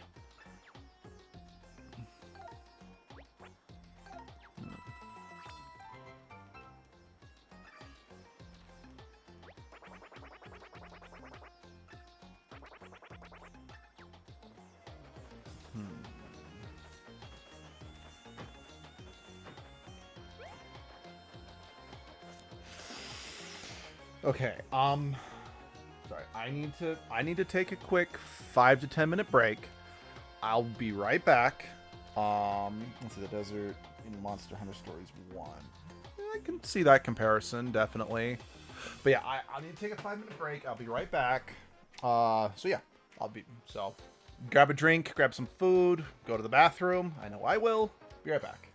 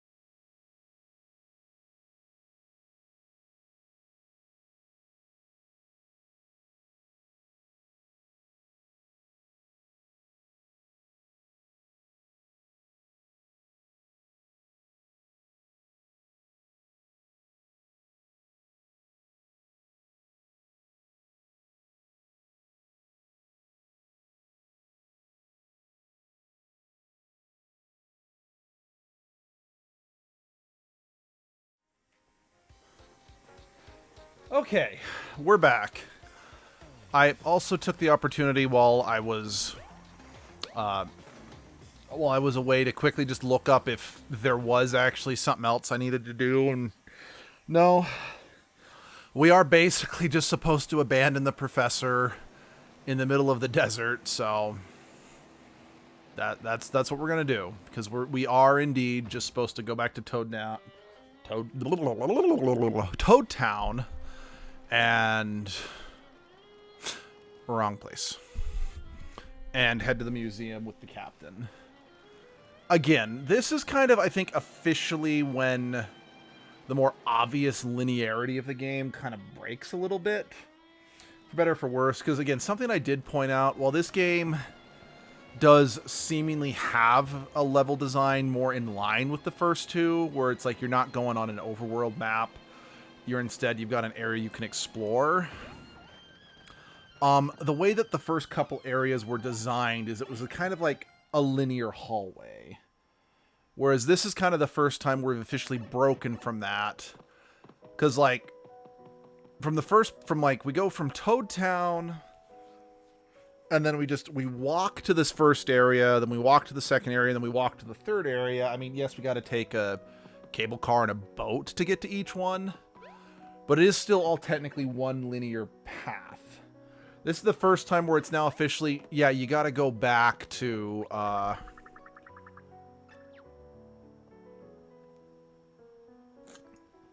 excuse me, just taking a drink, to an old area of the game, specifically, again, Toad Town, and then we branch out from the hub area, for lack of a better word. I mean, I know that Toad Town's not a hub area in the way that we've had hub areas in, like, the first two.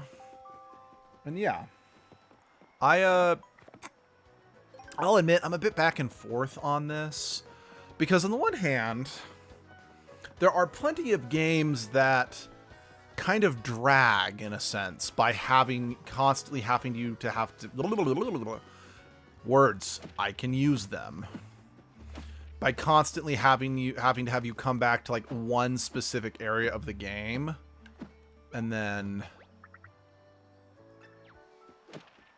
by constantly making you go back to one specific area of the game, do a little cutscene, and then branch out and go elsewhere, you know? So, in some ways, it's probably a good thing that's not something that this game does, but I don't know. Again, I'm a simp for those first two Paper Mario games, so I don't mind that we gotta do that finally. Especially since I feel, unfortunately, because the areas were designed to be somewhat linear, it does make them a little less memorable, because they feel less like proper areas to explore, and more just road stops just on the side, or just like rest stops on the side of the road, if you know what I mean.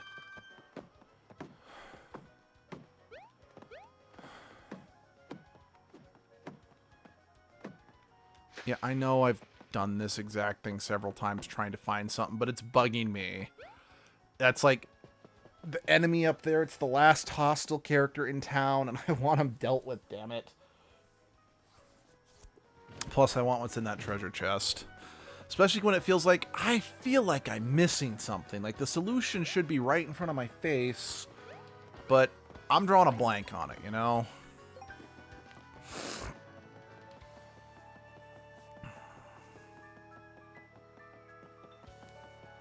Is that a shortcut back to... yeah. Yeah, that's a shortcut back to specific areas in the game. Which, so, again, I'm grateful. Again, I do want to, despite my, you know, I'm trying to think of the proper word, despite my apprehension about how some of these things work, I also can't deny, I'm like, the game gives you so many checkpoints and enough frequent checkpoints or fast travel points or whatever that I'm like, it's fine. It's a minor complaint that, like I said, does make some things harder to remember. or make some things less memorable, but it's a non-issue. Like, it truly is.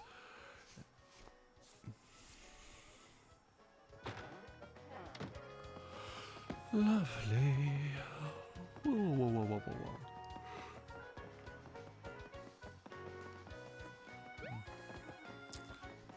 Alright, where is our boat? Because I believe I've got... If, like, I can't interact with the submarine just yet, I think we need to take Olivia out on the ocean so she can see where the streamer is, and then hopefully we can do something about the submarine.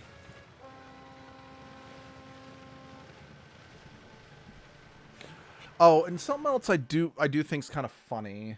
And I do think Bug Fables did come out first. I could be wrong, but I think Bug Fables did come out first. Is that... Oh, wow, the Great Sea is so big. The breeze feels so good. Why does it smell so salty? This is it's so endlessly big. There's only one word. The only word you could use to describe it is epic. Well, that and great, I guess. Oh, look, there's the purple streamer. What's it doing way out here in the Great Sea?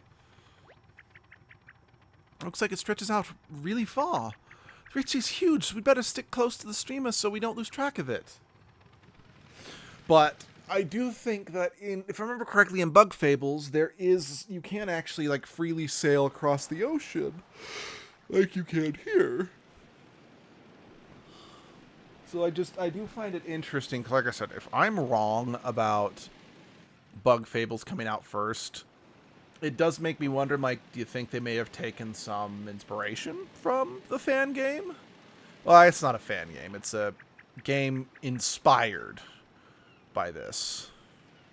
Because, yeah, a fan game would imply that it's an actual Paper Mario game just made by the fans, not acknowledged by Nintendo. That's not what it is. It was definitely a game made by fans of the Paper Mario franchise. You know, people like me, someone like me who missed the old Paper Mario, the feel of the old Paper Mario games, and just wanted to make something for, fellow fans who missed them. It's just, the problem is, it's hard. Bug Fables is hard. It's not a criticism or anything. It's just, it's a fact. Bug Fables is difficult.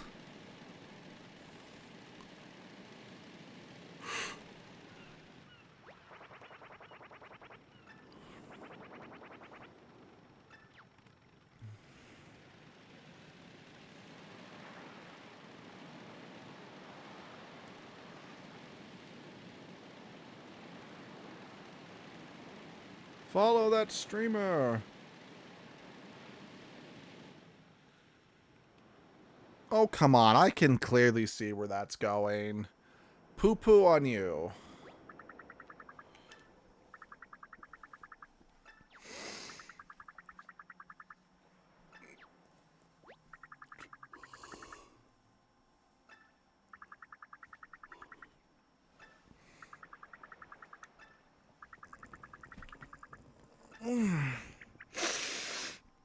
Oh, sorry about that. Oh, do you mean Captain Teode? We know that guy. He said he'd be here at the Muse. Your jokes. That must be the most ridiculous fib I've ever heard. I mean, the legendary captain from ancient times? He's just hanging around the dusty old museum? Ha! You're serious? Well, what are we waiting for? Let's head straight for that museum.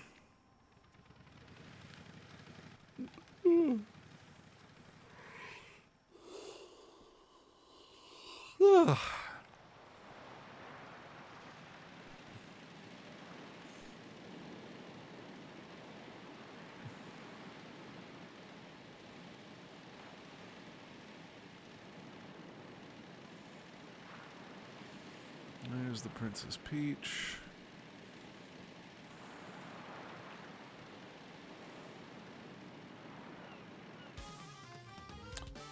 Oh. I guess I kind of just assumed it'd be like the shoe. If I was going at fast enough speed, it would not fuck me up.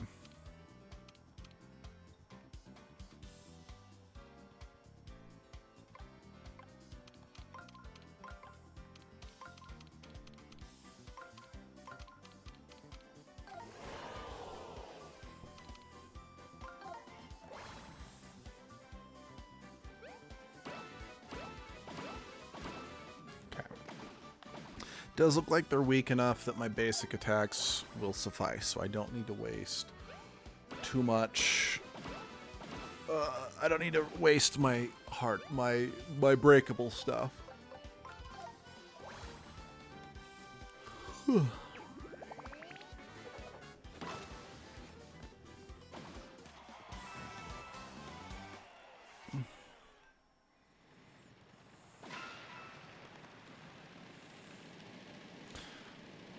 Sorry, I'm just fully exploring the ocean right now because I don't recall if there's anything out here that I might need or want in the future, you know?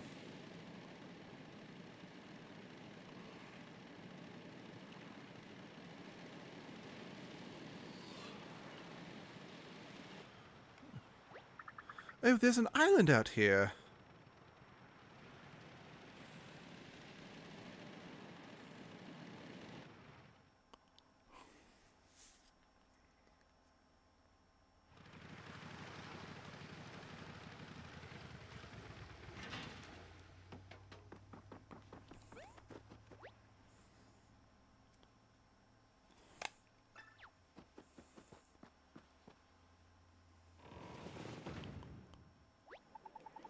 Welcome, Warrior of the Waves. Science home to 7 super powerful Pit Mario enemies.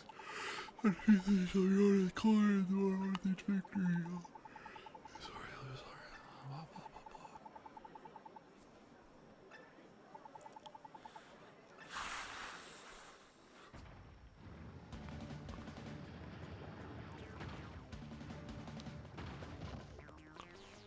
Round 1.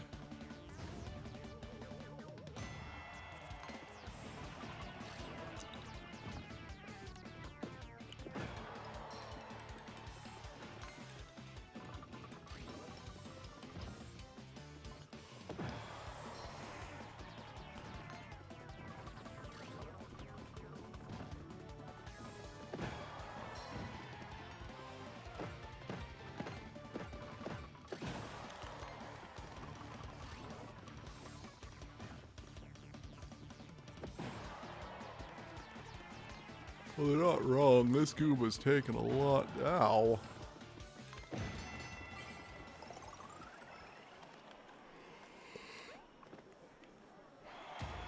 You win!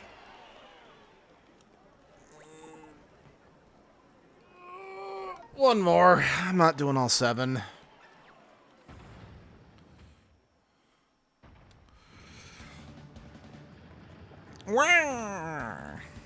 Wahoo! Round 2, poker face. Can't beat mine, can't read mine. Now you can't read my poker face. Oh, so just because it's a Shy Guy, and I've said many times I'll often play Shy Guys when the option's available. So Abby and I, we got Super Mario Party Jamboree when it came out. And I found myself in a predicament because it's like, I can play as Shy Guy, but Rosalina's also playable. And I like Rosalina, so I'm like, what do I do? Do I play as my go-to Shy Guy, or do I actually play as my favorite Mario princess? Oh dear. Woo! No, I'm not continuing. Oh, that's help.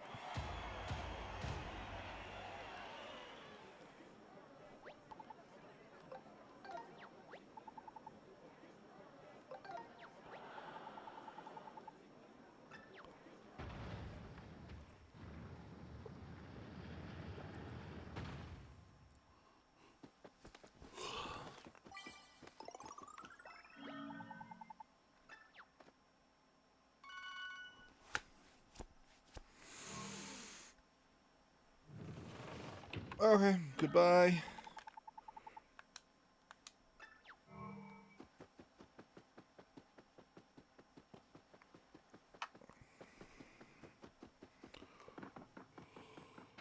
Get me out of here. Wake me up inside.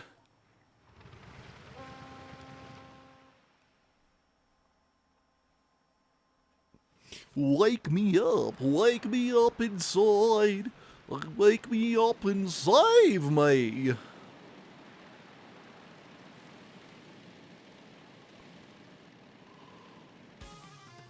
Oh, crap.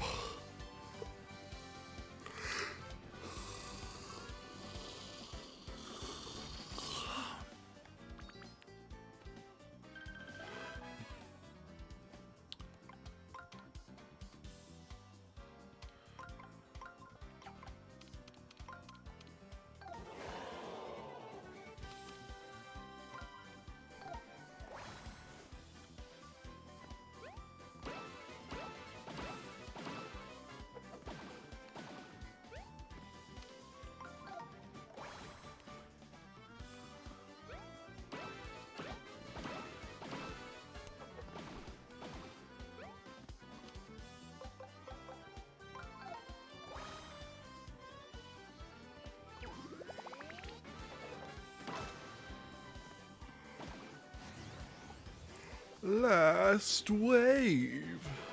It's new wave.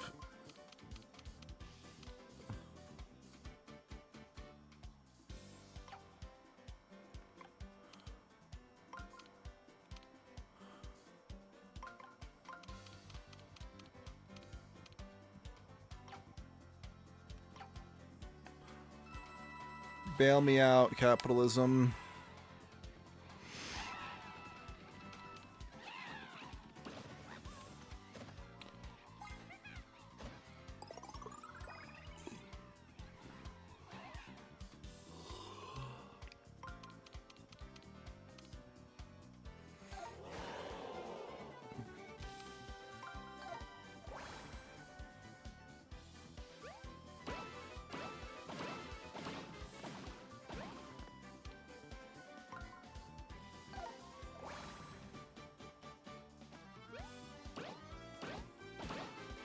Whew. But I didn't mess that up because I zoned out off of that first jump.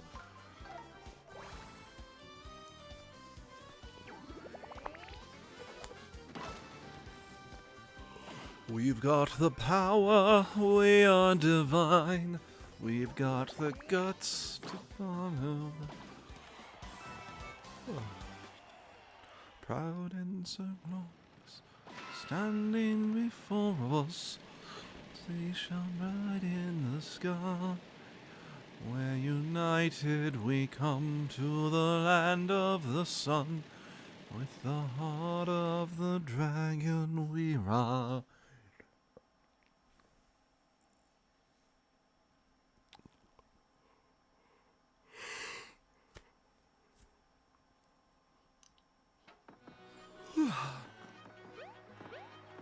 Oh, are you not coming to see the Captain Toad?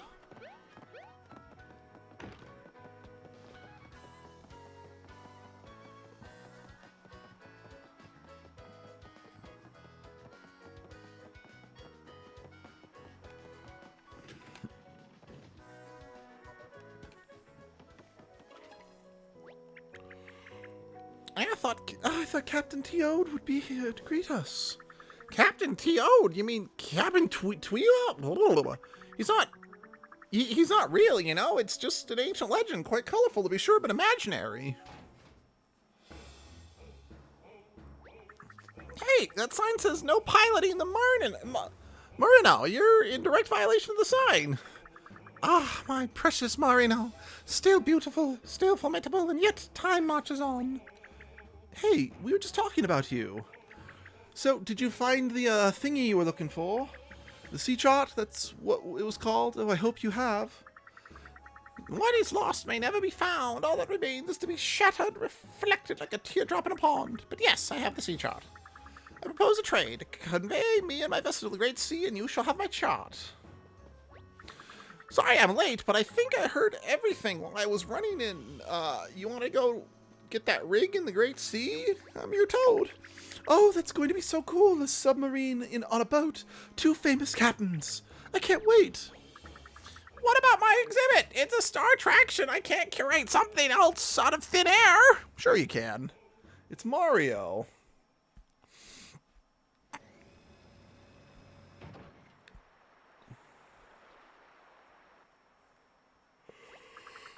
Alrighty, you should be good to go. You decide you want to rig up a few more boats? Give us that vessel a real oomph. You call me.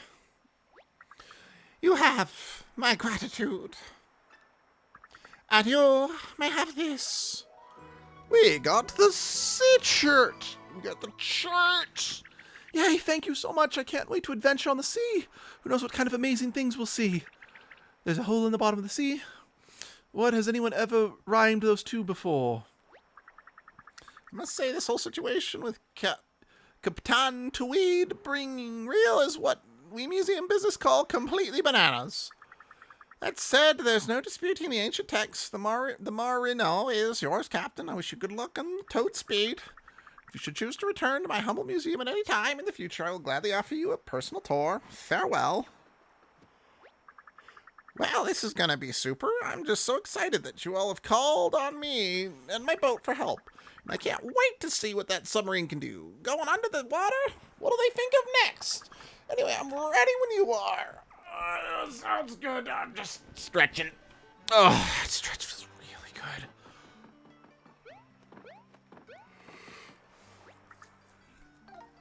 good. Word. Now that I finished all my go juice, my brain is starting to say no.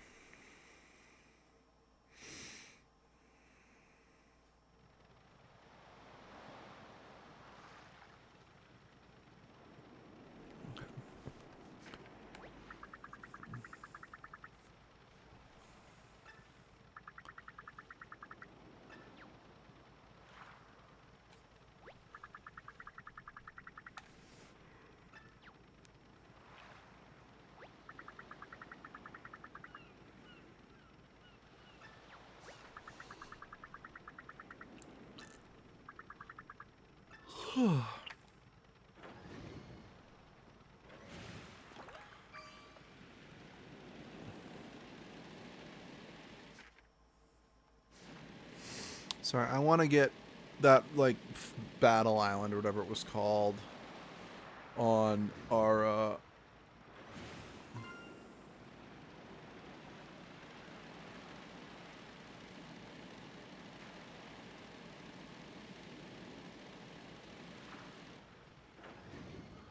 Oh, not what I meant. Oh. Do I have to actually land on it to get that added to the map? I mean, yeah, I guess I kind of just assumed a lot that simply seeing it would... There we go. There we go. Proud and so glorious, standing before us, our swords will shine bright in the sky. The land of the sun, with the heart of a dragon will run. It's not what I meant.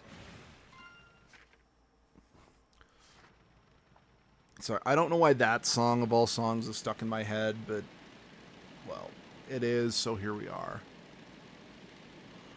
Someone start singing the Wind Waker theme.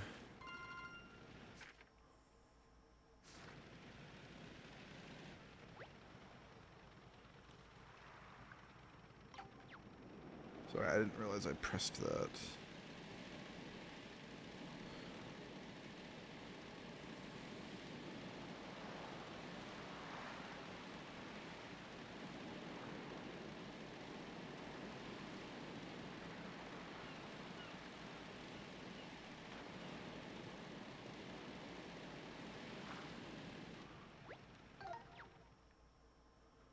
Shoot. I think I returned to... I'm zoning out badly. I'm probably going to need to end the stream soon just because... Yeah, it's pretty bad. Sorry, let's get to... What was it called? The Bonehead Island?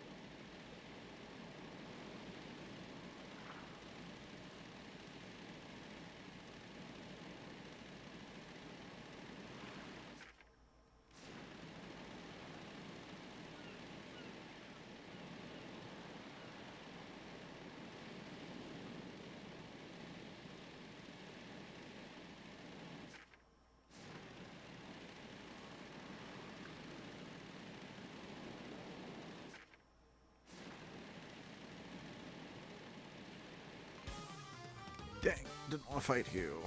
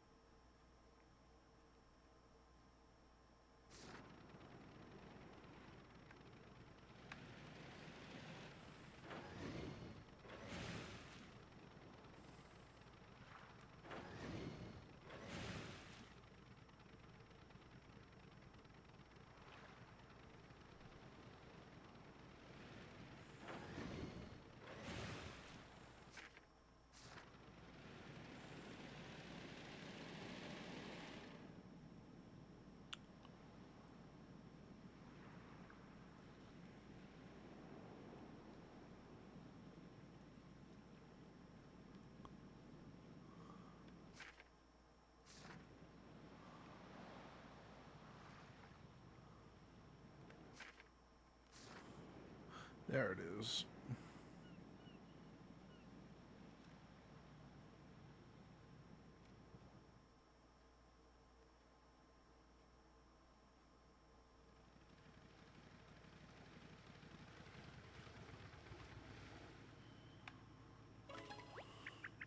Oh, sure is creepy. Just means that big ugly skull face staring at us. I don't see a save block here either. Yeah. Ugh. Shit.